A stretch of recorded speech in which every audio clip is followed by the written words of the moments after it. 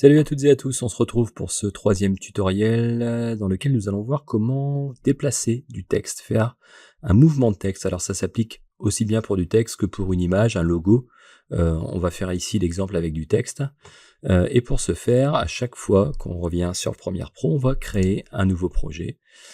Là encore, je vous remémore la démarche, à chaque fois en haut à gauche, donner un titre à votre projet. Donc on va l'appeler mouvement de texte.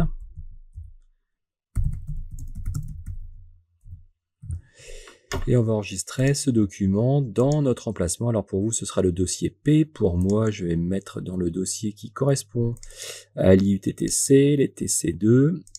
Donc vous, je vous rappelle, vous devez mettre ça dans votre dossier P, dans un dossier vidéo, appelez-le peut-être cours numéro 3, mouvement de texte, ce qui vous permettra finalement de bien hiérarchiser, de ranger vos éléments dans les dossiers en question. Ce sera beaucoup plus simple. Je sélectionne un dossier et je demande de le créer. Une fois que mon dossier est créé, je me remets dans une configuration pour vous, que vous puissiez avoir la même chose. Je vais demander à avoir un espace de travail en montage pour ne pas vous perdre, comme on le fait depuis le début. Et donc j'ai ma fenêtre programme qui est ici, ma fenêtre source, je ne la vois pas. Donc je vais aller la chercher, elle est là. Voilà. Ok, ça c'est ce qu'on a de façon ordinaire. Donc comme à chaque fois qu'on arrive sur Premiere Pro, on doit créer un nouveau projet. Donc je vais créer une nouvelle séquence. La nouvelle séquence, eh bien cette fois-ci on va prendre une séquence tout ce qui est plus classique, donc en 25 images par seconde. Dans les réglages, je ne touche à rien, je veux bien quelque chose en format 16/9. Je vais juste l'appeler séquence mouvement. Donc voilà, on l'a à l'écran, il n'y a pas de problème.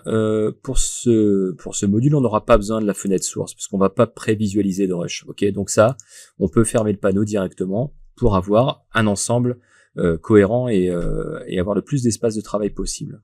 Donc j'ai ma séquence qui est créée ici, on voit bien 1920-1080, pas de problème. Pour commencer, ici c'est un fond qui est noir. À vrai dire, il n'est pas noir, il est transparent, mais pour que vous puissiez le voir à l'écran, Premiere le met en noir. Donc ce que je vais demander, c'est d'abord de voir quelque chose, et pour cet effet, je vais créer un cache couleur. Alors, donc je vais ici, dans projet, tout en bas, on a nouvel élément, on s'en rappelle, hop, et je demande pas une séquence, mais je demande un cache couleur. Un cache couleur, qu'est-ce que c'est? C'est un fond qui va remplir l'intégralité de notre format. Alors, l'intégralité parce que il nous le propose, vous voyez, 1920-1080. Par défaut, il nous dit, vous voulez un cache couleur qui fait la taille de votre format. Oui, on va pas le changer. Donc, je dis OK. Je vais choisir la couleur en question. Moi, je vais prendre un bleu assez sombre, vous voyez, quelque chose un peu comme ça. Et puis, je vais valider. Donc, là encore, il me demande comment tu veux l'appeler ton cache couleur. Ben, je vais l'appeler cache couleur bleu. OK. Et donc, comme souvent, quand vous faites des manipulations sur Premiere, que vous appliquez un effet ou vous créez un élément, il vous le met dans votre fenêtre projet. Ici, vous voyez, là où il y a tous vos projets. Alors là, j'ai pas de rush, j'ai pas de musique, etc. J'aurais pu, pour vraiment être clean, faire par exemple un nouveau chutier que j'aurais appelé projet, dans lequel j'aurais mis ma séquence, ok, et puis un nouveau chutier que j'aurais appelé élément, dans lequel je mets mes images par exemple et mon cache couleur pour vraiment être nickel, voyez. Et puis pour ceux qui aiment bien mettre des couleurs, hop, changer un peu la couleur, voilà. Là j'ai mes éléments et là j'ai mon projet. N'hésitez pas à forcer un peu vos habitudes et à faire ce genre de pratique, parce que lorsque vous allez commencer à agglutiner pas mal de rush, d'éléments, d'images, de musique, etc., on peut vite être débordé. Donc là au moins on a la possibilité, l'avantage de voir aisément ce qu'il y a. Donc mon cache couleur, il est là, et bien qu'est-ce que je vais faire? Je vais le glisser, déposer sur ma timeline, ici. Donc là, vous voyez, j'ai appliqué mon cache couleur, il se met bien de la couleur que j'ai demandé, c'était un bleu foncé. J'utilise les poignées de ma timeline, je les rapproche pour mieux voir mon cache couleur, il est là, parfait. Maintenant, je vais vouloir créer un texte, et ce texte-là, je vais vouloir l'animer. Avant ça, on va améliorer un peu son cache couleur parce que là il est un petit peu fade, vous voyez, il est tout bleu, c'est pas terrible. Donc on va ouvrir une fenêtre qu'on a déjà utilisée, qui est la fenêtre couleur lumétrie.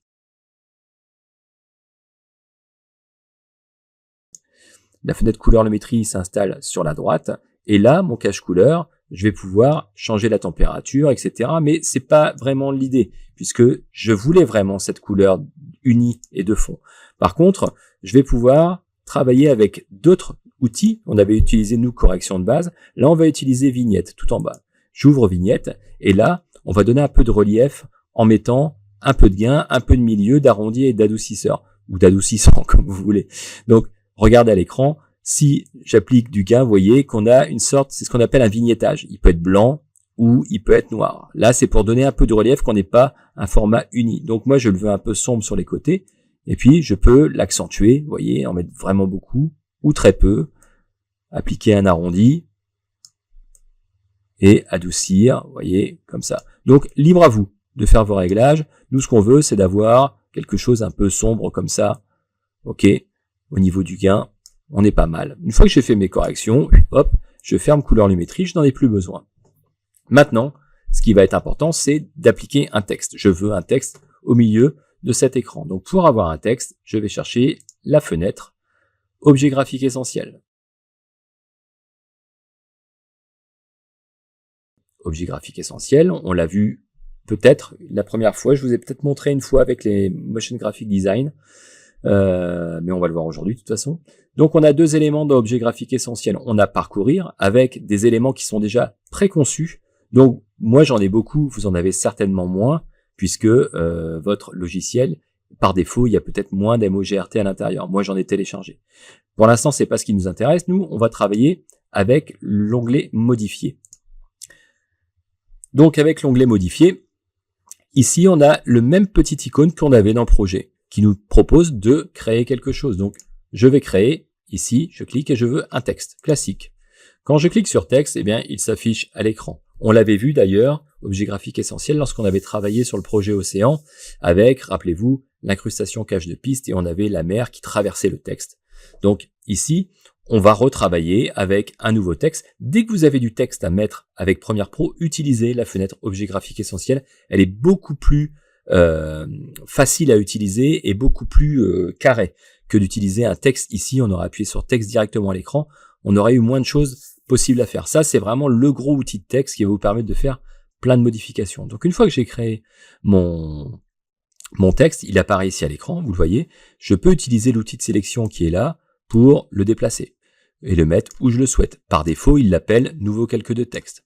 Quand je vais descendre un peu dans mes options ici, les premières, aligner et transformer, elles m'intéressent bien puisque là, je peux directement aligner mon texte au centre horizontalement, mais aussi au centre verticalement. Et là, vous voyez qu'il est pile poil au centre. C'est ce qui m'intéresse. J'ai d'autres paramètres ici. N'hésitez pas à bidouiller. Ici, vous voyez, si je clique, je laisse le doigt appuyé, je vais vers la droite, vers la gauche, je vais pouvoir bouger mon texte comme je l'ai fait avec mon outil de sélection, de gauche à droite, de haut en bas. Ok. Ici, je peux zoomer, dézoomer, donc changer l'échelle. Ok. Et ici, si je clique, je déverrouille l'échelle, c'est-à-dire que quand je le déverrouille pas, elle est proportionnelle. Quand je la déverrouille, je peux changer soit de point de vue horizontal ou vertical. Vous voyez. Donc, je vais la laisser, nous, comme on l'aime bien, proportionnelle. Je la laisse à 100. Si je descends, qu'est-ce que je peux faire encore ? Eh bien, alors toujours on descend avec la barre d'outils que vous avez ici sur le côté. Je descends, je peux changer la police. Et ça m'intéresse parce que moi, pour faire mon effet, j'ai envie d'une police qui soit sans sérif, c'est-à-dire une police comme on a ici à l'écran, vous voyez, avec des lettres qui sont pleines, sans arrondi, quoi qu'ici, non, elle n'est pas pleine, elle n'est pas sans sérif avec le E et le A. Moi, je veux une police. Vous avez une police qui s'appelle par exemple Impact. Et donc, si je fais chercher la police Impact, voilà ce que j'ai. Et mon nouveau calque de texte, comme je veux pas que ce soit écrit nouveau calque de texte, je veux que ce soit écrit wow. Là, je vais choisir l'outil texte, je vais double-cliquer et je vais changer, mettre en majuscule et demander à écrire wow. Juste en 3 lettres. Comme ça. OK? Alors moi, je vais pas prendre la police Impact parce que je la trouve assez classique en elle-même. Je vais aller en chercher une autre. Je sais que j'en ai des sympas. C'est laquelle? Alors attendez, il faut que je la retrouve. Hop. C'est celle-ci. Voilà, une police qui fait un peu cartoon. Alors ici, vous voyez, j'ai la possibilité de changer l'échelle, donc je peux grossir mon texte. C'est ce que je vais faire. Je vais le mettre jusqu'en 365, ça me paraît pas mal. Je remonte pour réutiliser les outils. Je veux le centrer horizontalement et verticalement. Voilà. Donc là, j'ai un bon texte qui est bien en plein écran. Si vous voulez récupérer ou avoir de nouvelles polices dans votre ordinateur, vous pouvez aller sur les sites internet pour aller en récupérer. Si je vais sur internet, donc ici, je vais taper Dafont.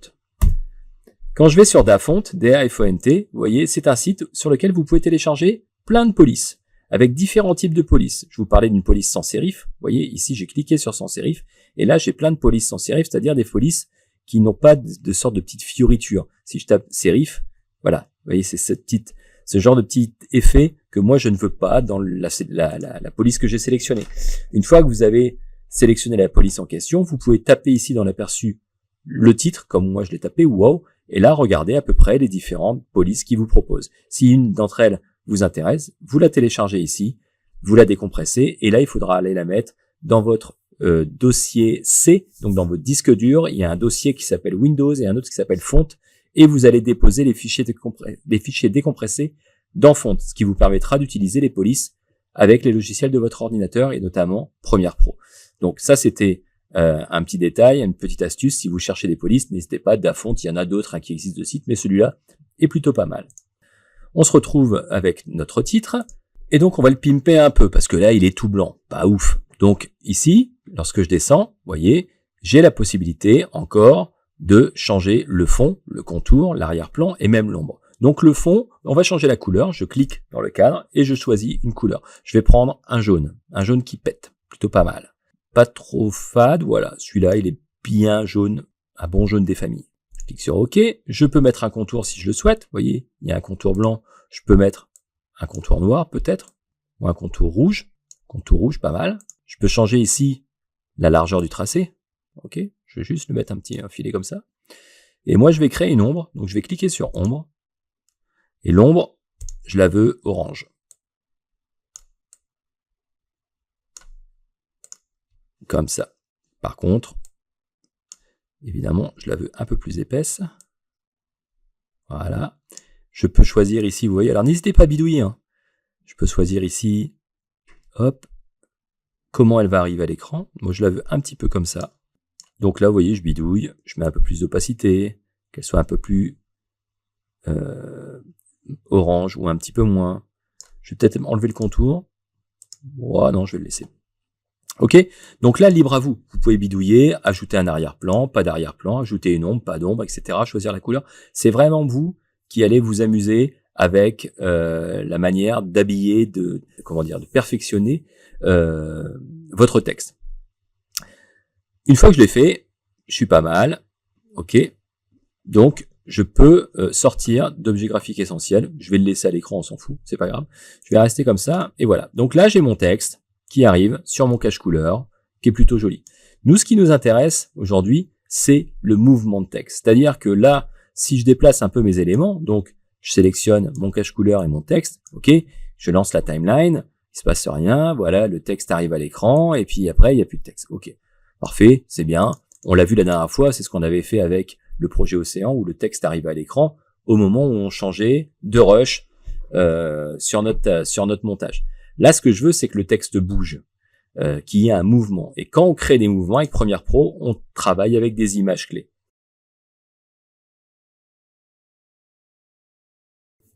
Une image clé, c'est quoi? Je vais vous le montrer. C'est une sorte de chronomètre. La première image va donner le top départ au mouvement et la dernière image va donner le moment où le texte ou le mouvement doit s'arrêter. Ok? Donc, pour créer un mouvement, on va d'abord sélectionner sur quoi on veut créer un mouvement. Ici, je veux pas créer un mouvement sur mon cache couleur, je m'en fous, il est au fond, il est tout bleu. Je veux que mon texte soit mouvant. Donc je sélectionne mon bloc texte et je vais dans options d'effet. On se rappelle, options d'effet, à chaque fois que vous allez appliquer un effet, eh bien cet effet va se rajouter directement dans options d'effet.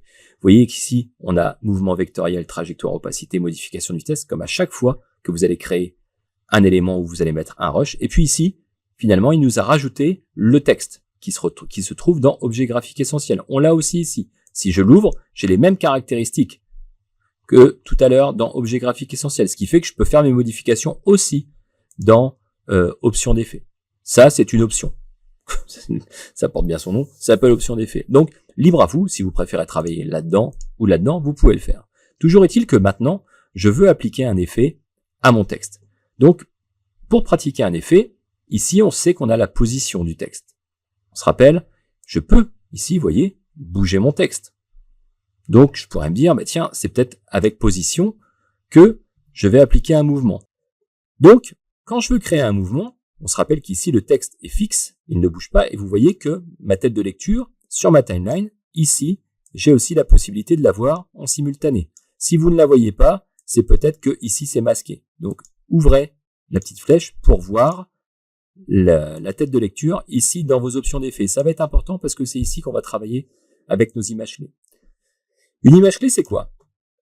J'avance un peu dans mon image et je veux par exemple qu'à ce moment-là, le texte soit en mouvement. Donc, pour créer du mouvement, je vais animer et activer les chronomètres de l'élément. Le critère ici, c'est position. Si je clique ici, une image clé va se créer à ce moment-là précis de la timeline. Je vous montre, hop, je clique, vous voyez, un élément a été créé. C'est-à-dire que là, je donne l'information à Premiere Pro de dire, à partir de ce moment, donc je vais te dire où doit se placer le texte, d'accord?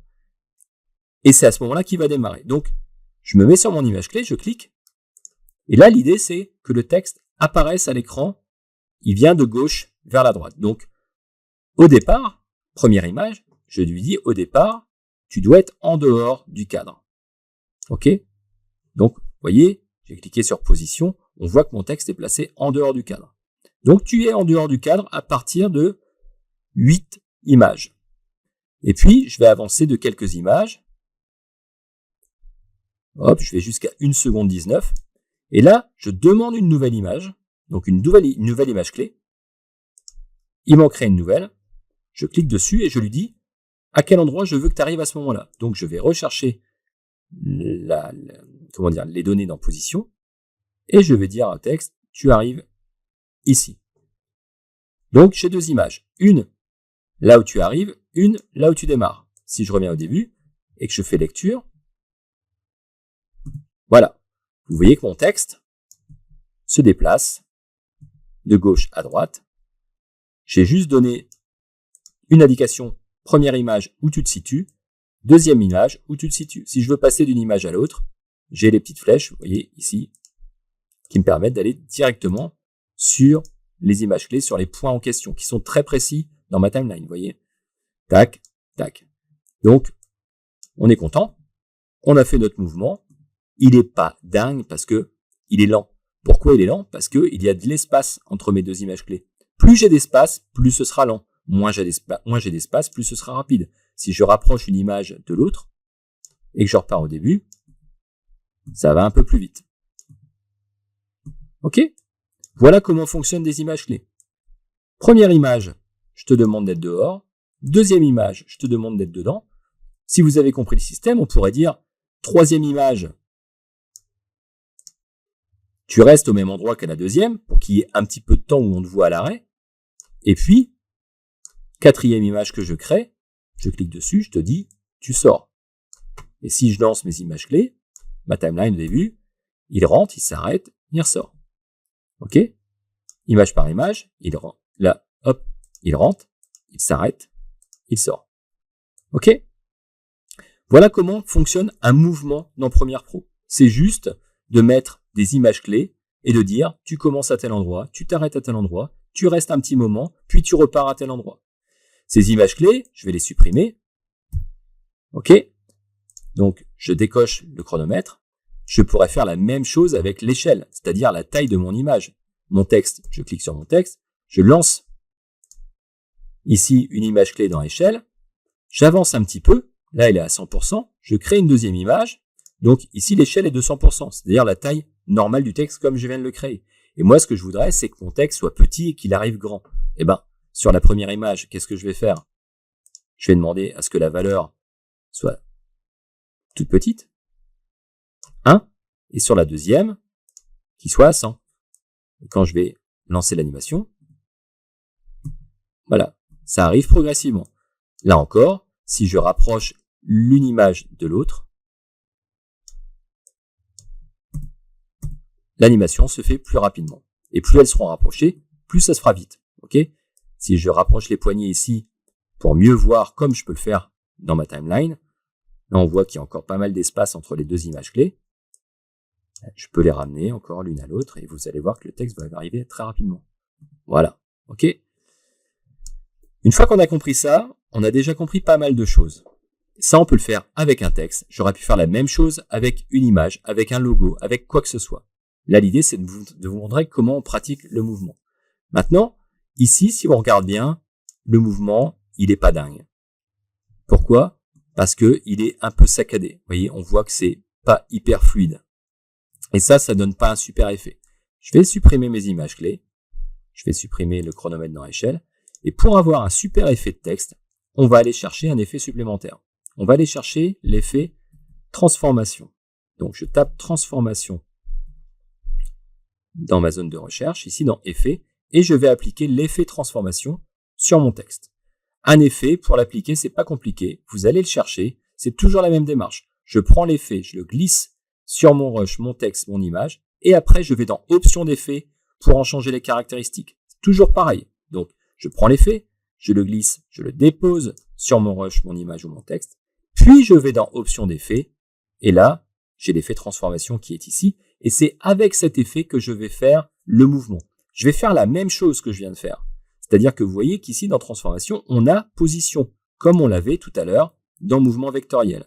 Par contre, ici, on a une option qui s'appelle l'angle d'obturateur qui va nous permettre d'appliquer ce qu'on appelle un flou de bouger. C'est-à-dire que le texte va se déplacer et il va amener avec lui une sorte de traînée derrière qui va lui donner un effet beaucoup plus smooth, beaucoup plus fluide et reposant au regard. Donc, je fais la même chose. Je me mets tout au début, je lance le compteur position, il me crée une image clé. Cette image clé, je lui dis « Tu sors, bonhomme ?» Et puis, j'avance un petit peu. Je crée une deuxième image clé, je clique sur l'image clé en question, elle devient bleue, et je lui dis maintenant « Tu rentres ». Ok. Le mouvement, on l'a, vous voyez, il est assez rapide, mais finalement, j'ai toujours cet effet un peu saccadé, vous voyez. Donc, qu'est-ce que je vais faire? Eh bien, je vais descendre, je vais demander ici à ne pas utiliser l'angle d'obturateur. L'angle d'obturateur, il va donner un effet comme si vous aviez un appareil photo finalement. Et puis, je vais demander un angle d'obturateur de 180. 180, pardon. Ok. Une fois que j'ai fait ça, si je retourne image par image, vous voyez, mon texte est flouté. Là, là, là. Et si je vais au début, il va peut-être même dépasser un peu ici, puisqu'il le fait volontairement déborder pour lui donner un effet de flou. Donc, je me remets sur la première image. Je lui dis, attends, ressors vraiment. Voilà. Et maintenant, si je fais lecture, vous voyez, on voit que l'effet est beaucoup plus smooth. Ça nous donne vraiment un effet visuel très sympa. Et plus ça va vite, mieux c'est fait. Donc, une fois que j'ai fait ça, après, c'est pareil. Position d'entrée, position d'arrivée. J'avance un petit peu pour que tu restes à l'écran avec la même position. Donc, je crée la même image clé ici. J'ai pas besoin de changer sa valeur. Et puis là, si je le souhaite, eh bien, je vais lui demander de sortir vers le haut. Donc, j'avance un petit peu dans le temps et je lui dis, quand tu vas sortir, mon pote, ici, eh ben, je change la valeur ici, tu vas monter. Donc, tu montes vers le haut. Si vous voulez voir où se trouve votre texte, ici, vous pouvez changer dans adapter, vous mettez en 25 ou en 10% et vous verrez, si vous cliquez dans position, ici, que votre texte, bon, là, on ne le voit pas, mais il est au-dessus. Ok? Il n'y a pas de problème avec ça. Et donc, si je regarde mon animation, adapter, hop, et voilà. Vous voyez? Ça va un peu vite. Donc, si ça va un peu vite et que je veux juste augmenter le temps entre le point 2 et le point 3, c'est-à-dire le moment où le texte est à l'écran immobile, eh ben, je peux juste prendre les deux dernières images clés, vous voyez, et les écarter un peu, puisque l'espace entre les deux dernières, je veux le garder. C'est juste l'espace entre la 2 et la 3 que je veux qu'il soit plus long. Et voilà. Maintenant qu'on a fait ça, eh ben, on sait utiliser des mouvements pour un élément. Utilisez l'effet transformation, appuyez sur le chronomètre par rapport aux critères, ok, et puis faites vos effets de mouvement, un point d'entrée, un point de sortie, un point d'entrée, un point de sortie, un troisième point, le temps qu'il va rester, plus un quatrième point, le temps il va sortir.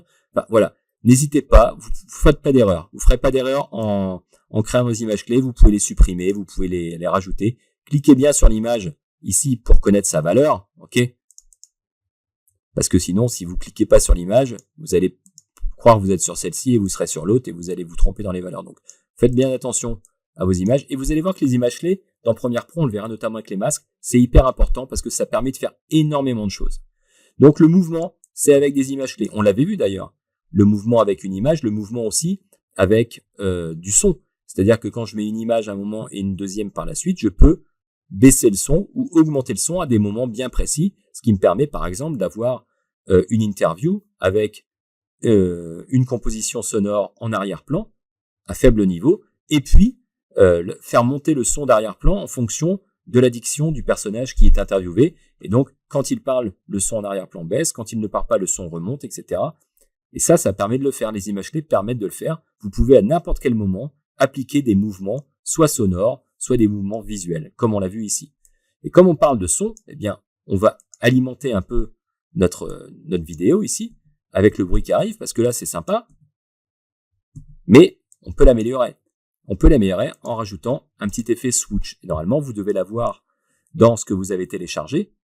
Donc, je fais clic droit, importer, et je vais aller chercher le bruit switch.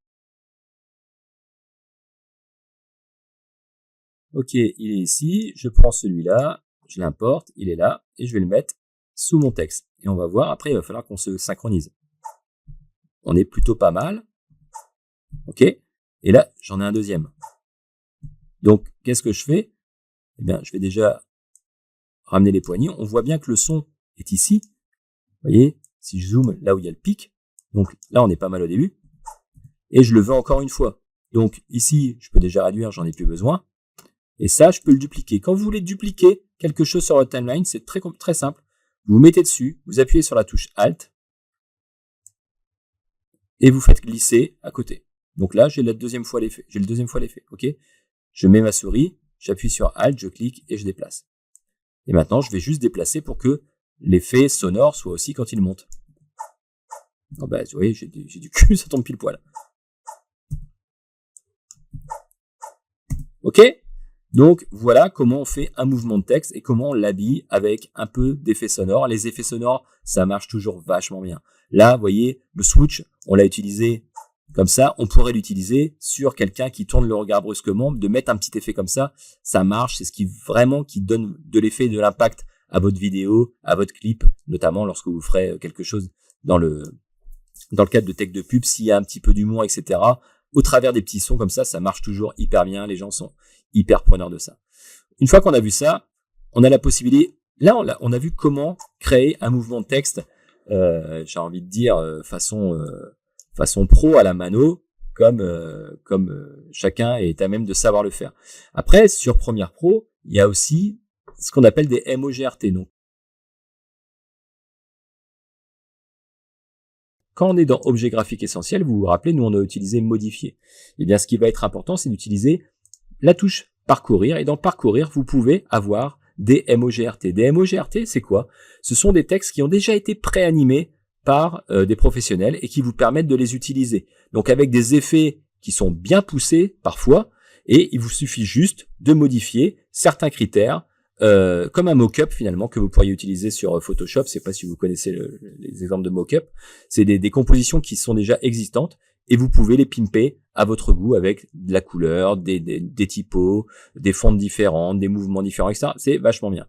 Donc je vais vous montrer ici. Pour télécharger un MOGRT, quand vous êtes dans Objet graphique essentiel, parcourir, tout en bas à droite, alors ouvrez bien votre fenêtre, hein, si vous ne l'avez pas assez ouvert, peut-être que vous ne le verrez pas, vous avez ici, insérer le modèle d'animation graphique. Si je clique insérer le modèle d'animation graphique, quand vous allez dans votre dossier TC2, donc voilà, vous devez avoir ce genre d'éléments. Donc ça, c'est des MOGRT, vous voyez, c'est écrit ici, MOGRT, c'est des images qui ont été créées dans After Effects, qui est un autre logiciel d'Adobe, mais qui fonctionne avec Premiere Pro. Donc, vous prenez le lower third en question, et puis vous lui demandez de l'ouvrir.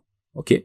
Une fois que vous l'avez ouvert, il va se retrouver normalement ici en haut à gauche, dans votre fenêtre, objet graphique essentiel. Vous voyez, moi j'en ai ouvert d'autres, donc ils les ont mis un peu à la traîne, mais voilà, il se place ici. Et des MOGRT, vous voyez, on en a plein qui peuvent faire plein d'animations, etc. Comment ça fonctionne? C'est très simple. Vous allez prendre le MOGRT, donc le lower third, vous le prenez par exemple ici, et vous allez le placer au-dessus de vos rushs.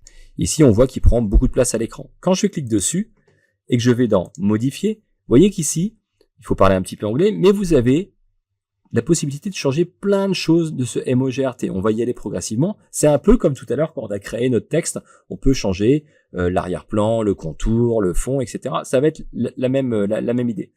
L'idée d'abord, c'est de le rendre un petit peu plus petit. Donc, quand je crée un MOGRT et que je le mets sur ma timeline, eh bien évidemment, si je vais dans Options d'effet, je vais le retrouver ici. Vous voyez?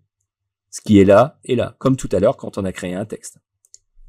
Et donc, là, il va falloir bidouiller et aller chercher, finalement, ce qu'on cherche. D'abord, je veux le voir à l'écran, parce que là, il est beaucoup trop gros. Donc, je pense que l'échelle, elle est trop haute. Donc, on va chercher un peu size, ça c'est la size de la target, de la ligne. Position, ça c'est la position du texte. Si d'aventure vous ne trouviez pas l'échelle directement à l'écran, comme ici, vous pouvez directement dans Objet graphique essentiel, ici, aller dans Trajectoire et changer l'échelle directement là, vous voyez. Là, vous pouvez le faire. Donc, je me mets à une échelle de 50, finalement. Comment j'ai fait? Je trouve pas la possibilité ici d'en modifier, de changer la taille. Je clique sur mon élément et dans Trajectoire, dans option d'effet, et bien là, je peux changer l'échelle de mon élément. Maintenant, je retourne dans mes caractéristiques qui sont préconisées là. Je peux changer quoi? Je peux changer sa position comme ça. Je peux changer, vous voyez, la taille de la branche qui est ici. Je peux changer la position du cadre par rapport à la branche. Si j'avance un peu dans l'animation ici, qu'est-ce qui se passe? Voilà. Donc on a quoi? On a un petit point qui clignote en bas, donc qui peut nous montrer quelque chose, et une légende qui arrive en haut avec un effet de cache-couleur, vous voyez, et de texte. Cet effet-là, j'ai pas besoin de le créer, il a été créé pour moi. Donc j'avance un peu, voilà ce qu'il y aura à l'écran. Ok? Et bien là, maintenant, je vais pouvoir changer. Alors qu'est-ce que je peux changer? Je peux changer la taille du bloc texte. Je peux changer la taille de ce rectangle-là. Je peux changer le point qui est juste en dessous, vous voyez, qui est ici. Je peux vraiment tout faire. Je peux changer la couleur du texte. Ici, il est en blanc. La box, elle est bleu ciel. Je la veux en rose. La box mini, la box mate, call out, ici, je vais voir ce que c'est. Donc, allez-y, hein. Vous voyez, c'est la ligne que je change, pas mal. La cible, elle est en blanc, bah, je peux peut-être prendre la même couleur que le rose. Voilà, ça me va bien. Ici, de quoi il me parle? Je bouge, ça bouge pas, bon, bah, je laisse tomber, c'est pas grave. Ici, on a la taille de la cible, c'est-à-dire ça. Je descends encore. Je peux changer mon texte. Ok. Je vais l'appeler, parce que je suis quand même mégalo. Bertrand Kick. Je peux changer la police. Je descends. Je peux changer la taille de mon texte. Et en dessous, le deuxième texte, je vais marquer le prof qui tue. Voilà. Donc j'ai changé. Et puis, oh, on se rappelle, je crois qu'à un moment, on pouvait bouger la petite box qu'il y avait ici. Position box 2. Voilà. Toi, tu viens là. Ok. Je redescends. Donc là, vous bidouillez, n'hésitez pas. Vous voyez, texte 1, texte 2. Position du texte 2, plus à droite, plus à gauche. Non, là, comme ça me va bien. Maintenant, je reviens dans ma timeline de début et je regarde ce que ça donne. Je fais lecture. Hop, super. Ça me va bien. Je le veux peut-être un peu plus petit ou plus grand. Bah là, débrouillez-vous. Je le veux ici et là, parce que peut-être que j'aurai une image ou quelqu'un aura une tablette dans les mains et je veux lui montrer ou expliquer qu'est-ce que c'est que cette tablette, peut-être le prix de la tablette, n'importe quoi, à vous de voir. Là, mon cadre, je le trouve un peu grand. Alors, size block, c'est pas celui-là. Size box, c'est celui-là. Hop, voilà. Et là, je suis pas mal. Et là, j'ai une animation texte qui arrive à l'écran au travers d'un MOGRT. Ça, c'est un MOGRT. Donc, si j'avance un peu, là, je vois l'animation de départ. J'avance un peu. L'animation de fin, elle est là. on voit que mon MOGRT il est très grand. Si j'ai besoin que l'animation soit réduite au niveau du temps, bah déjà, tout ce qu'il y a après, je m'en fous. Donc, ici, ça s'arrête. Je mets un coup de cutter. Hop. Ce qu'il y a après, je sélectionne, je le vire. Je reviens, je remonte la manip. Facile. Ici, il n'y a plus rien à l'écran. Donc, à partir d'ici, je vais chercher le cutter. Je coupe. Et ici, la partie qui ne m'intéresse plus, je la supprime. D'accord? Et maintenant, si je veux que mon effet soit plus rapide, ici, tu arrives à l'écran, là, ça bouge plus trop. Donc, ici, je peux couper. J'avance un peu. À partir de quand ça rebouge? Là, ça rebouge. Donc, je vais laisser un petit peu de temps avant. Voilà, je coupe. Donc, bloc 1 que j'ai coupé, l'animation de départ. Bloc 2, il se passe rien. Bloc 3, l'animation de fin. Et ben, le bloc 2, j'en veux pas non plus. Je le sélectionne, je le supprime. Et je rapproche les deux l'un de l'autre. Si vous voulez rapprocher deux éléments l'un de l'autre, soit vous le prenez, soit vous le glissez. Petite astuce, vous pouvez faire un clic droit et demander supprimer et raccorder. Et maintenant, mon animation, elle va aller plus rapidement.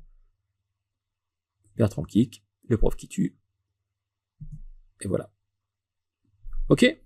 Donc on a vu plusieurs choses. On a vu comment animer un texte à l'écran avec le son, si je ne l'ai pas enlevé. Si je l'ai enlevé.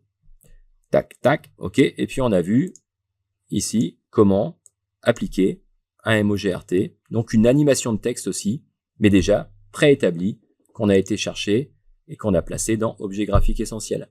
Des MOGRT, vous pouvez en trouver sur différents sites. Rappelez-vous, je vous avais montré le site que j'utilisais moi qui s'appelle Motion Array. C'est un site payant. Néanmoins, si vous vous inscrivez sur ce site, vous pouvez avoir aussi accès à des MOGRT gratuits que vous pourrez télécharger et importer dans Premiere Pro. Ça aide grandement et il y en a plein. Il y en a même qui font des graphiques, des infographies, etc.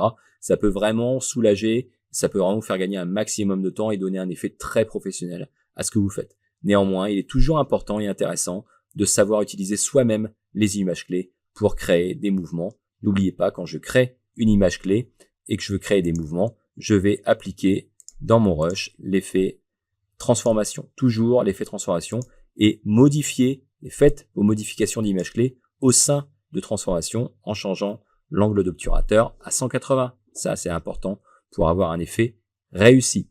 Voilà, j'espère que ce tuto vous aura servi. N'hésitez pas à le refaire en parallèle de moi, à vous entraîner. Il n'y a que ça qui fait qu'on performe dans la vidéo. Il faut faire et toujours refaire. Et à force de le faire, et ben à la fin, on maîtrise et on peut faire des trucs vraiment cool. Voilà, je vous remercie, je vous souhaite une agréable soirée, matinée, tout dépend de l'heure à laquelle vous regarderez ce tuto. Et on se retrouve très bientôt. Ciao.